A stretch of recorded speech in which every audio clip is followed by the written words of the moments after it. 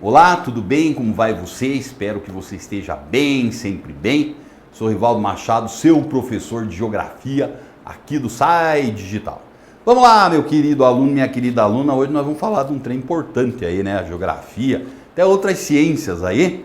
Elas hoje estão com uma preocupação com esse negócio chamado de fonte de energia que chama muita atenção. Por quê?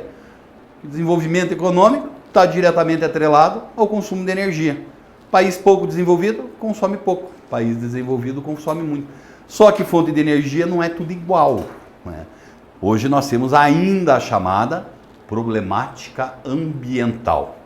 Algumas fontes de energia elas poluem mais, outras fontes de energia elas poluem muito, e eu nem preciso dizer para você que a nossa preocupação são com aquelas que agridem mais o meio ambiente, né? Traz uma pancada de problemas mais variados possíveis, desde se você vive numa cidade grande aí, problemas respiratórios, não é mesmo? E, de forma geral, no nosso planeta, hoje nós passamos por mudanças climáticas, né? Que é a consequência direta do consumo dessas fontes de energia, daquelas que agridem muito o meio ambiente. Então, a linha de hoje é para a gente entender um pouco como é que funciona todo esse trem aí, né? Como é que você tem, quais são as fontes de energia, suas características e assim por diante. Para a gente começar a nossa conversa hoje, tá aqui, ó, vem comigo. Dá uma olhada nesses dois gráficos que eu trago aqui para você. Primeiro gráfico que eu tenho aqui, né? Matriz energética mundial. Tipos de energia, né? Então nós vamos encontrar fontes renováveis e não renováveis. Ali na frente eu já vejo com você a diferença de uma e outra, né? Ah, posso ver agora também. Renováveis são aquelas que nós tratamos de fazer o quê? Utilizamos uma vez, a natureza ou nós mesmos podemos ir produzindo com o passar do tempo. As não renováveis não, é só a natureza num processo muito lento. Já adianto para vocês, os maiores impactos ambientais estão relacionados com as não renováveis. Claro, olha aí como é que funciona esse trem. 87% de tudo que nós consumimos hoje no planeta é não renovável, gente. 12%, uma parcela muito pequena, que são energias renováveis, que nós podemos dizer, são aquelas energias conhecidas como as fontes de energia do bem, né? Então, olha lá, um pouquinho a respeito dessa matriz energética aí agora, como é que se dá o consumo. Carvão e petróleo vai somar o quê?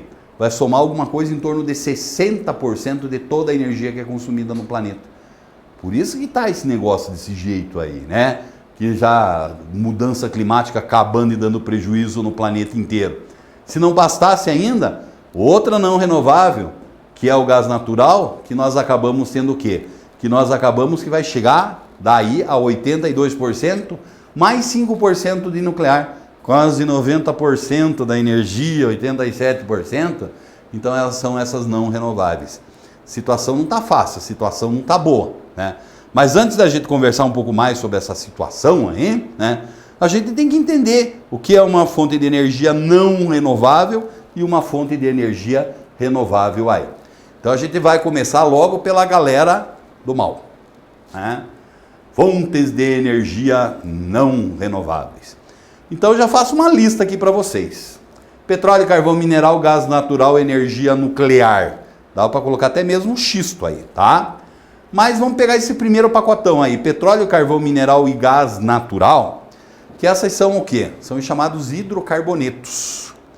Apesar de nós encontrarmos aí que a forma de produção pode ser um pouquinho diferenciada, até existe uma intimidade maior entre gás e petróleo, né? Que, segundo uma teoria chamada teoria biológica, se formam a partir de restos de organismos vivos, ou dos seus restos, pelo menos, daí eles não são vivos mais, né? Que se depositam em mares profundos. Então é um processo longo e não sei o quê. O organismo vivo tem o quê, gente? Tem carbono, é a base da galera, né? Então a partir do momento que você tem um monte desse carbono lá, esse carbono ele está o quê? Neutralizado, bonitinho.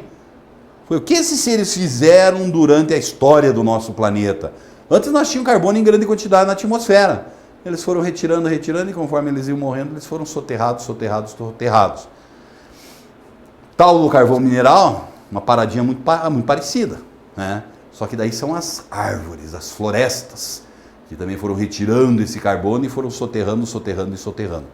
Só que daí chegou o bicho homem, revolução industrial, opa, precisamos de fonte de energia, né? Sabemos, por exemplo, que a primeira grande revolução industrial, aquela inglesa lá, ela foi o quê? Dá-lhe carvão mineral. A segunda, dá-lhe petróleo. Então até hoje a gente não conseguiu fugir disso ainda. A gente consome esses hidrocarbonetos em grande quantidade. E toda vez que nós estamos consumindo isso, nós estamos devolvendo esse carbono para a atmosfera. Certo? Junto com isso, o metano é produzido, que são os principais gases estufas. Então, com isso, a Terra cada vez retém mais energia do Sol e a temperatura vai subindo lentamente. E a temperatura subindo lentamente, acontece o quê?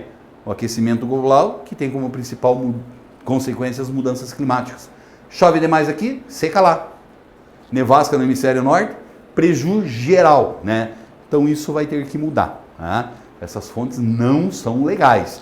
E ainda sobrou o quê? A nossa famosa energia nuclear, que por assim dizer, né, é uma fonte nova, uma novidade na humanidade. Foi aquele período pós-Segunda Guerra Mundial, primeira vez que a gente teve forte notícia, que também dá para fazer bomba disso aí, né? Hiroshima e Nagasaki, o americano jogando lá para tirar o Japão da Segunda Guerra, beleza? E daí nós tivemos, a partir disso, disputas por energia, por tecnologia nuclear, e sempre nós acabamos sendo que essa energia nuclear, ela tem muito pouco de positivo, né?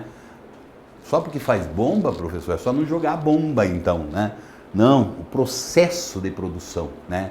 Esses materiais radioativos, como ele passa por um processo de fissão, quebra do seu núcleo, sai energia, mas fica emitido radioatividade um bando de tempo. E essa radioatividade ocorre o quê? Ela é danosa para os seres vivos, né? Por exemplo, seres humanos podem causar o câncer na galera, entre outras coisas, né? Então, falta tecnologia ainda, né? Recentemente nós tivemos em Fukushima, todo mundo falando no mundo assim, opa, agora temos tecnologia confiável, né? E vamos produzir um monte de energia nuclear. Nós tivemos aí recentemente em Fukushima, talvez não tenha uma década isso, um grande vazamento lá no Japão. Perdemos a credibilidade. Então isso aqui não é legal para o futuro. A gente usa ainda e usa em grande intensidade por conta do quê? É o que tem, né, gente? Mas não tem outra, tem, mas é muito caro ainda. Isso aqui é o mais baratão. Se a gente encarecer mais, vai encarecer a produção. Mais caro, se consome menos, a economia. Então vamos continuar poluindo e ganhando dinheiro. Essa é a lógica do mercado hoje em dia, tá certo? Só que como eu já falei para você, isso não é uma coisa muito boa. E daí vai entrar uma segunda moçada aqui, que é uma segunda moçada que trata de fazer o quê? Aí sim nós podemos dizer que elas são fontes de energia, que são fontes de energia mais do bem, que é um conjunto chamado de renováveis. O que consiste as renováveis? A gente vai lá e consome.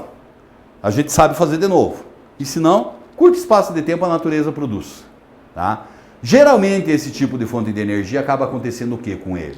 Ele tem um impacto menor no meio ambiente. Tá? Vamos ver alguns exemplos que nós temos aí. Por exemplo, hidráulica, né? A energia hidráulica é muito antiga, conhecida da humanidade. Mas agora aí nos tempos modernos, vamos pensar assim, a gente passou a utilizar essa energia hidráulica em uma intensidade maior. Construímos gigantescas hidrelétricas, você me desculpe aí, no mundo inteiro. Nós temos o caso de Itaipu, por exemplo, aí, que é a maior do Brasil.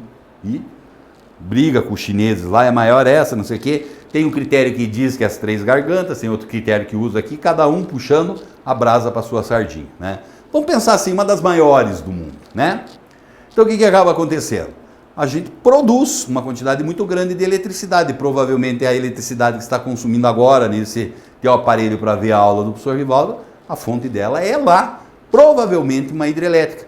Então você aproveita a força das águas para movimentar uma turbina que gera justamente uma corrente elétrica. Tem muita gente que diz, é uma forma de energia limpa, não impacta o meio ambiente. Limpa tudo bem, né? Está produzindo lá, está poluindo? Não. Você está consumindo, está poluindo? Não. Mas que não impacta, não. Aonde que está o principal impacto da hidrelétrica? Está diretamente relacionado aí ao fato de que se ter que construir grandes reservatórios para nós nos precavermos, nos defendermos de longas estiagens. Só porque para construir esses grandes reservatórios, a barragem da usina, você alaga muita área. É a área florestal, é onde vive a população. Então tem os seus impactos ambientais e sociais também. Mas ainda perto das outras lá, ela é um negocinho mais legalzinho, né? Segundo, a energia solar, você tem que estar crescendo no mundo inteiro, né? Não sei se você já teve a oportunidade de ver, cada vez mais as pessoas tendem a justamente instalarem pequenas placas, geralmente no telhado da casa, né? Apesar que existem diversas regiões aí que você tem usinas inteiras. A galera utiliza muito isso, né? Em deserto. Então você sai instalando placa, ninguém usa o deserto para nada, vamos captar pelo menos a energia que cai lá. Então aquelas placas que são chamadas de células fotovoltaicas, elas têm a função de fazer o quê? Transformar a energia solar em corrente elétrica. Olha que beleza, hein? Então é uma forma de energia, essa sim você não pode dizer nada. Essa é limpíssima, né? Não produz nada, né? Não é bem assim também. Não é tão ruim quanto aquelas outras, né? Mas você não sabe como é que funciona o processo industrial de produção dessas placas, né? Então dizer que é poluição zero está muito longe disso. Mas também nós temos que ver o seguinte, que essas placas, elas têm uma longa vida útil, né? É 20, é 30, é 40 anos, porque elas não apresentam movimentação e desgaste dos seus componentes, né? Você precisa fazer, dar uma limpadinha lá de vez em quando, que ela vai muito longe. E cada vez nós temos uma popularização maior disso, até porque até mesmo o custo de produção dessas placas, eles vem diminuindo cada vez mais. Seguindo, energia eólica, né? O vento. Então, o cara vai lá, instala uma torre, seja no continente, seja em alto mar, que às vezes a vantagem é maior, né? Existe uma turbina eólica ali no meio, hélices gigantescas, conforme vem o ventinho, né? Vai lentamente movendo, ou mais rapidamente vai movendo aquilo, e esse movimento, se lá na hidrelétrica você utiliza a água para fazer, aqui você utiliza o vento. A turbina começa a produzir uma corrente elétrica, tá certo? Ah, daí você vai dizer assim, mas esse é limpinho, esse é legal, né? Então é uma forma de energia muito mais limpa que todas as demais que nós vimos aqui. Apesar que os ecologistas aí, talvez alguns mais radicais, dizem, aquelas hélices, né, que é um trem lá de 40, 50 metros cada pá daquela, né? Interfere nas rotas migratórias dos pássaros. Pode causar estresse às pessoas e os animais. Sei lá, né? Cada um com a sua, né? Mas assim vai. Mas aí nós acabamos tendo que existe isso também. Mas é uma forma de energia limpa. O grande problema é que você não instala em qualquer lugar. Você tem que ter a presença de ventos com uma constância maior. Ventou 2 dias e ficou uma semana sem ventar, e a minha energia da onde que vem? Biomassa. Biomassa é toda aquela forma de energia que nós acabamos encontrando ao campo. Biovida, massa viva, né? Por exemplo, óleos vegetais, cada vez nós utilizamos mais. O próprio óleo diesel no Brasil hoje é uma mistura, né? Parte derivado de petróleo, parte óleo vegetal, chamada biomassa, que produz, por exemplo, o nosso etanol a partir da cana-de-açúcar. Isso é legal também. Ainda se queima o bagaço, muitas vezes, quando se tem uma pequena termoelétrica instalada na mesma usina de açúcar. É legal porque, mas daí o álcool não polui, professor? Polui.